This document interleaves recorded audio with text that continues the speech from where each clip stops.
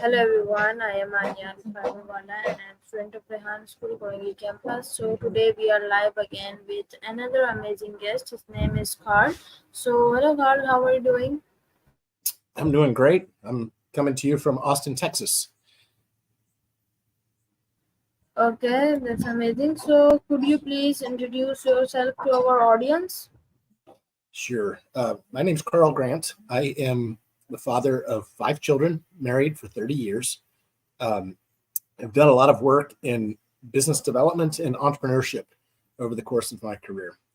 And I'm also, interestingly, I was an atheist for the first half of my life, and then I became a Christian in the second half of my life.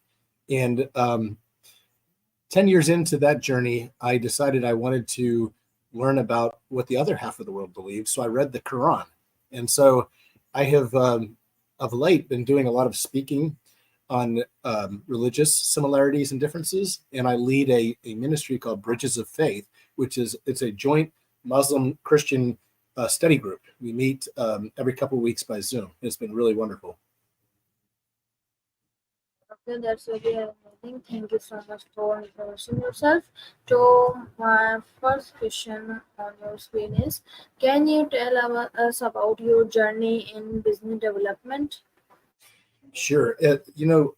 Business development is something that I've spent most of my career doing, but it's not ever anything I ever set out to do. In fact, there's no one to teach you how to do these things. I I started out working in television, believe it or not, cable television. I was both behind the scenes and on air, and we my company got acquired, and I had to go find a new job, and I ended up in an economic development position where my job was to make sure the companies that were in a certain jurisdiction in the United States didn't leave to be able to raise capital in other places, and then to go find the capital providers and bring them there. So it wasn't really a business development job, but it had a lot of the skill sets of what you do in business development. My first business development job was with PricewaterhouseCoopers, which is the largest professional service organization in the world. I was hired to be executive director of the technology industry, but my job duties were really to sell audits. That's an accounting thing that companies need to get done when they're successful. And I figured out early on that while all successful companies would need an audit, nobody wanted to buy them. And so what I figured out was going and talking to the accountants and learning about what they did at the firm. What was really interesting about the firm was the clients that they had. They had some of the largest companies in the world as clients, and they had many venture funds, the investors, as clients. And so I figured out that if I made the connections between entrepreneurs who are growing their businesses to potential customers and potential funding sources, I became a very popular guy. And so I started to become what you call a super connector. And I've done that both at the accounting firm and at a law firm that I was head of global business development for 20 years at a prestigious law firm. And I'm still doing consulting work for law firms and others today, where I teach people how to do those types of things. Okay, thank you so much for answering my question. So my next question on your screen is, how did your early experiences shape your approach to leadership? Well, I would say there's two major things that shaped my approaches to leadership. One, I joined the U.S. Army. When I was in college, I was in an organization called ROTC. It's the Reserve Officer Training Corps, and in the Army, they teach you a lot of leadership principles, and so that was very formative for me. And then when I was in graduate school, I told you I became a person of faith, and I know that in the Muslim faith, you guys follow the teachings of Jesus very closely, and when I became a person of faith, I started to read about Jesus and started to just study what he said. Those who wish to be first must be last and servant of all. It's better to give than to receive. And all these concepts that were totally foreign to me in the past now became very real. And so I had to figure out how to put those new principles that I believed in into practice in leading other people. And I found that some of the teachings in the military were consistent. For example, when I was an officer, takes his soldiers to eat. Uh, the officer eats last.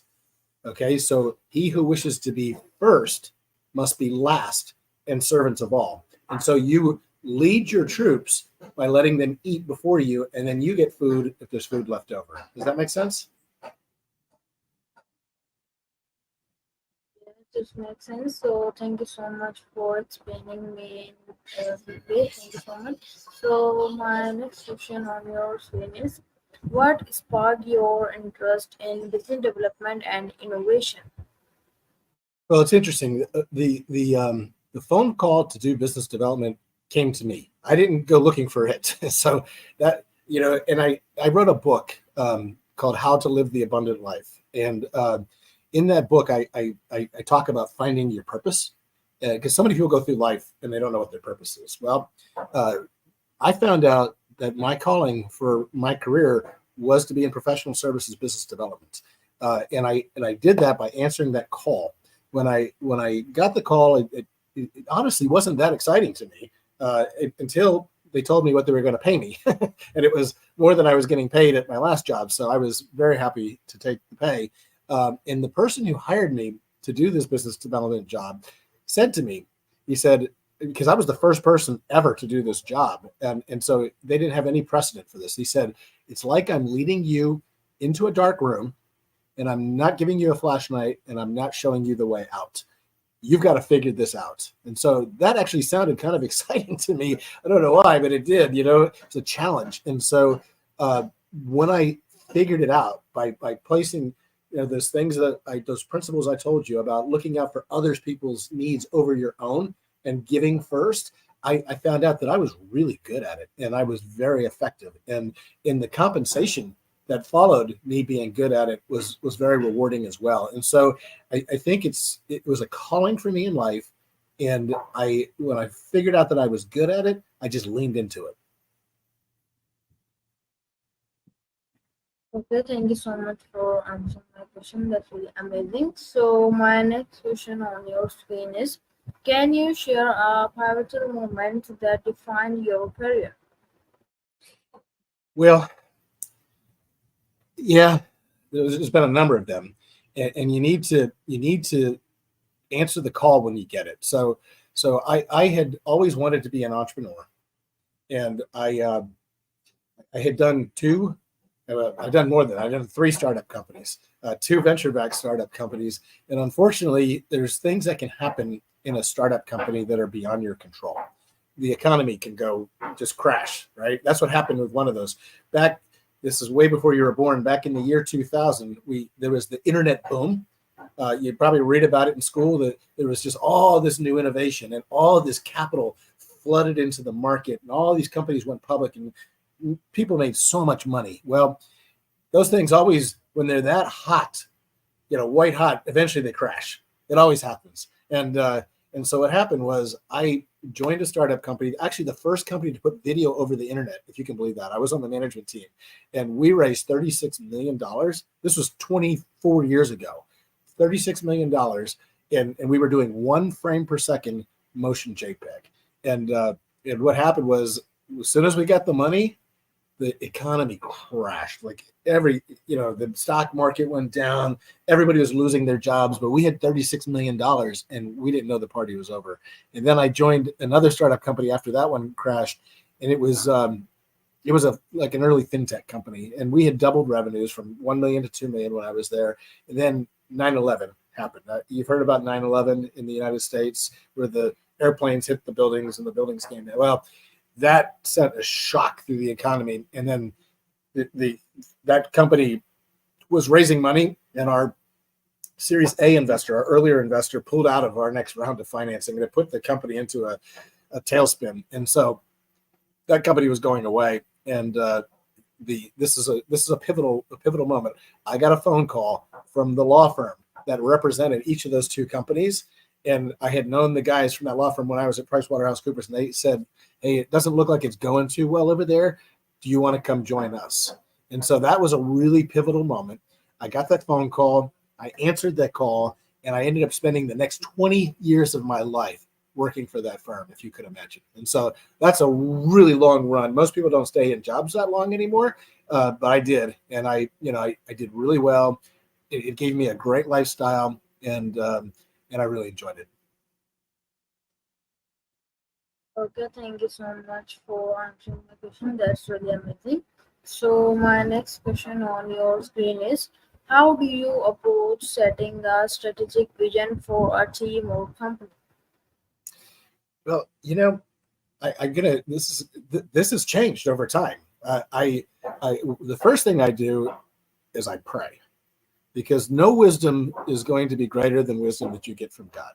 And I don't always hear like an audible voice or anything like that, but sometimes the thoughts and the visions and the direction just come to mind. Anyhow, there's times I've gotten on phone calls to talk to a client, and I don't know what I'm going to say.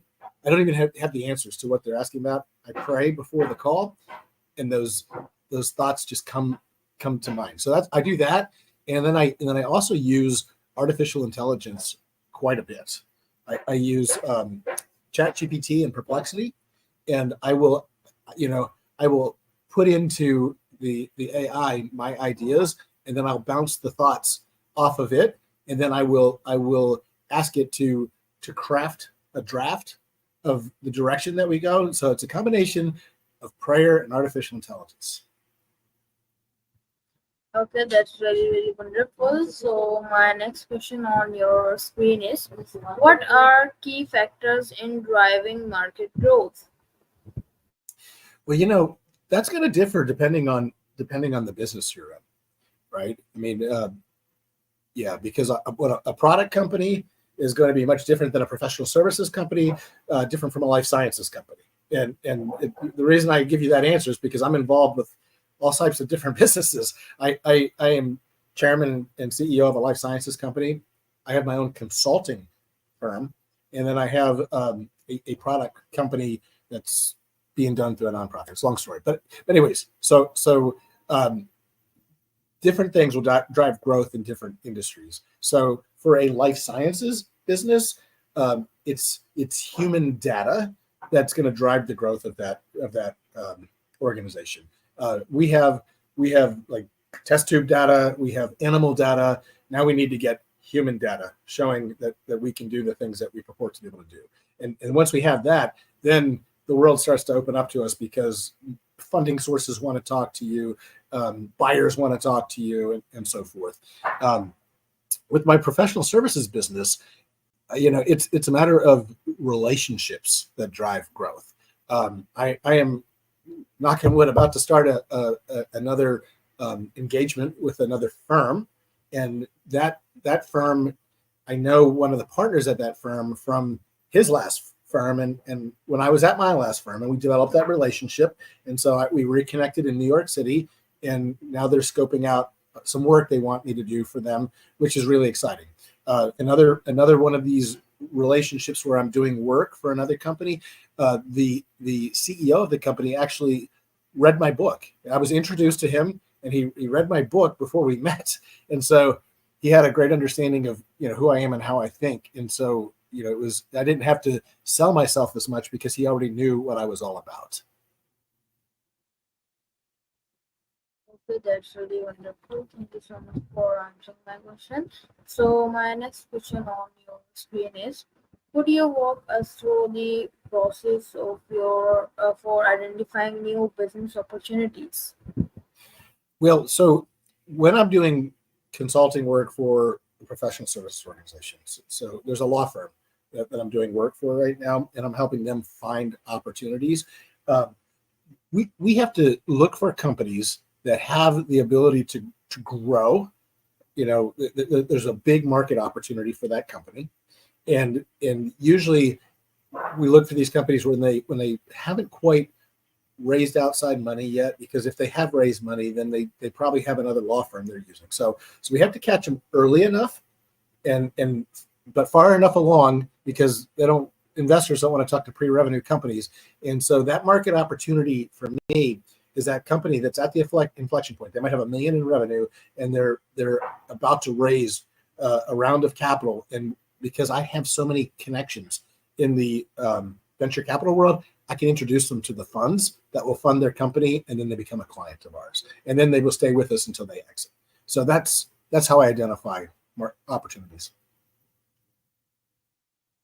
Okay, that's really wonderful. Thank you so much for answering my question. So my next question on your screen is, how do you decide which market trends to invest in?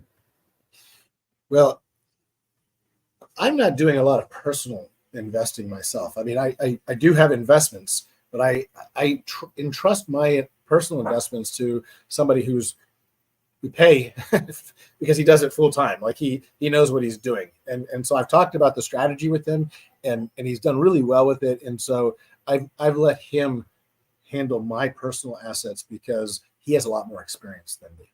Now, in terms of recommending investments to investors, I have been doing this type of thing for a long time. This is where I introduce companies to sources of capital. And so I look for companies that have a management team, perhaps, that's done it before, because usually they'll do it again.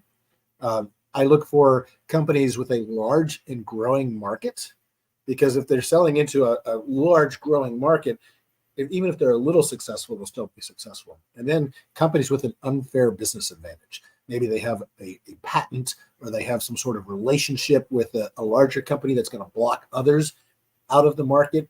Something that gives them a leg up over their competitors. Maybe they're a first mover, and there's not going to be two of these types of companies.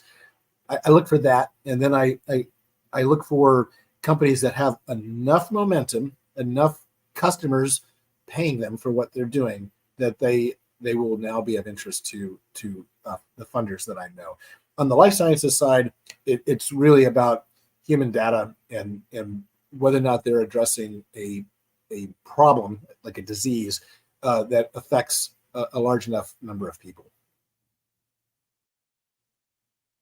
Okay, thank you so much for answering my question. So my next question on your screen is, in your experience, what qualities are essential for a successful business leader? I think you have to have integrity.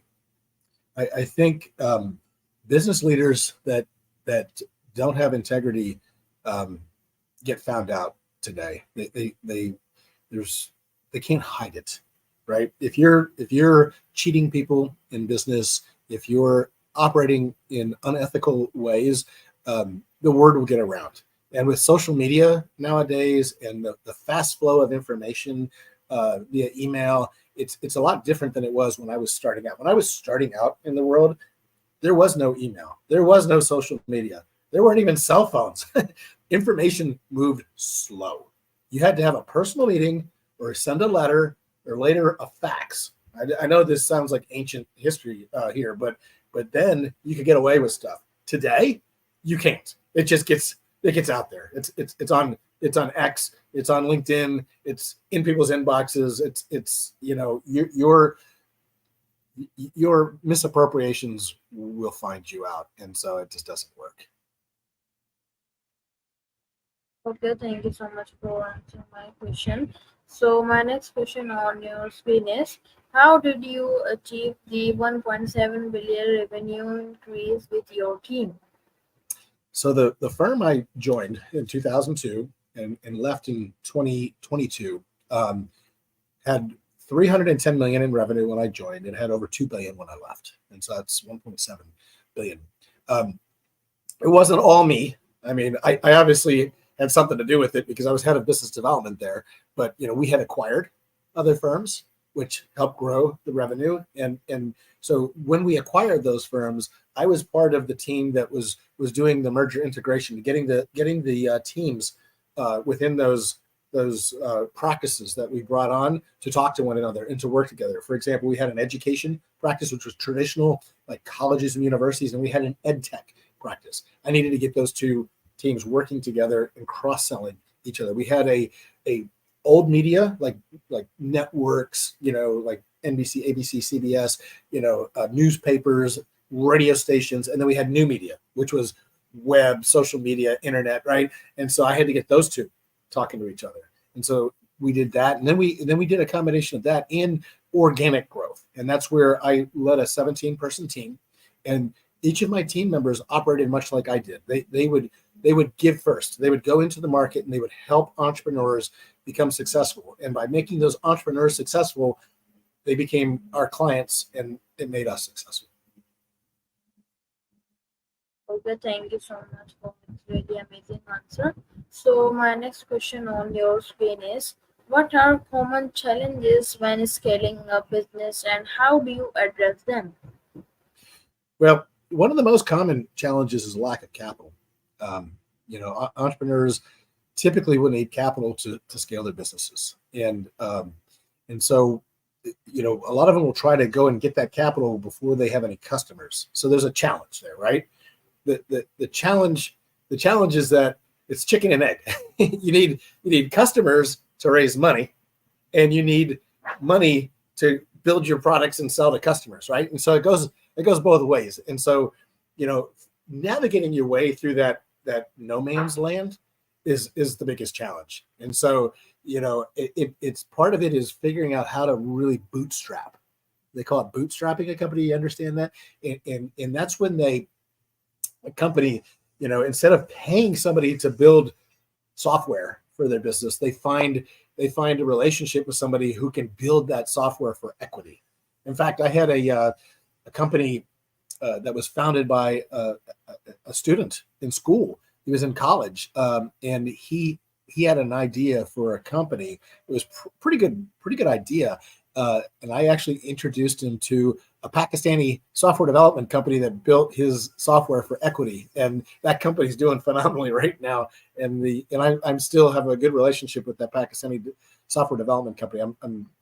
I have a team member of mine who's doing sales work for them today, and so that bootstrapping by getting those less expensive software developers in Pakistan to develop the software for equity, they were able to then build a company, generate revenue, and raise capital.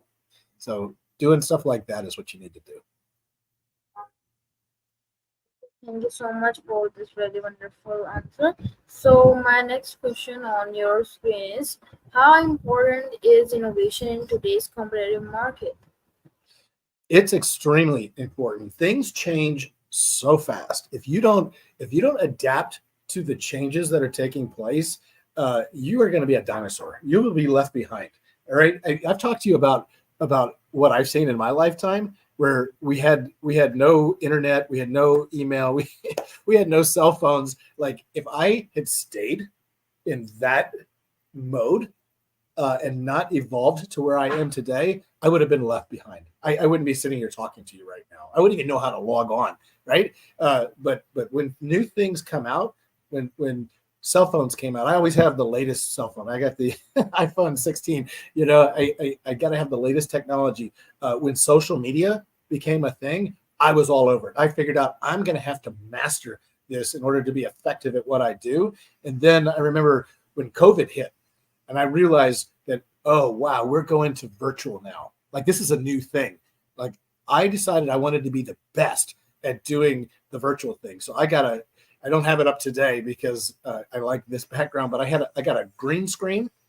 I got a face light for my computer. I figured out how to optimize the filters on my computer so that when I spoke to people in meetings, I looked sharp. Like my background looked professional. My face was well lit, right? I mean, that was taking advantage of all the innovation that I could at that point. In fact, I started a podcast, much like you're doing right now, during COVID. I wrote a book during COVID. I mean, I used that time to better myself and to do greater things. And now, as soon as I saw AI creeping into the market, I'm like, oh wow, this is the next big thing. So I talk to people about what AI are you using? Like I always want to use the latest, greatest, and best, and use it. Be out in front of everybody else who's using it, and really find the way to maximize its potential for what I'm doing. Okay, thank you so much for the wonderful answer. So my last question for you is, could you please give me advice for me and for my audience? Um, so that's kind of a deep question, right? I think I would say the following things. You're still in school. Get your education. Maximize your education. And I've got 5 children, and I look at the ones that finished their college degrees. They're doing better than the ones that didn't. So I just education is key. Even though they say you don't need like a college degree today, maybe, but you're going to be better off with one if you can get it right. So that I would say another one is faith. Faith is key. I know this because I lived half my life without faith. I lived half my life with faith, and and don't be afraid of talking to people with different faiths. I mean, we're all God's children, and I love my Muslim friends. I love them like brothers, and the fact that we're meeting and reading and studying together and talking to each other and trying to figure this thing out together. It brings peace upon earth, right? And so education, faith, and you got to work hard. You got to work harder than the next guy, but you can't be a workaholic. You've got to set boundaries in your life so that you can have good relationships and maintain your health. And so I work really hard, but I take a day off a week. It's the notion of a Sabbath day rest. And then I also carve out time for my wife and my family so that I maintain those relationships that are important to me. And I spend time doing physical fitness, which is really, really important to living a long, healthy life. Okay, thank you so much for this very wonderful advice. So, everyone, this was about today's interview with Card. Hope you guys get to learn something new from this interview and something unique. So, thank you so much for watching. Allah Hafiz, Pakistan Zindabad.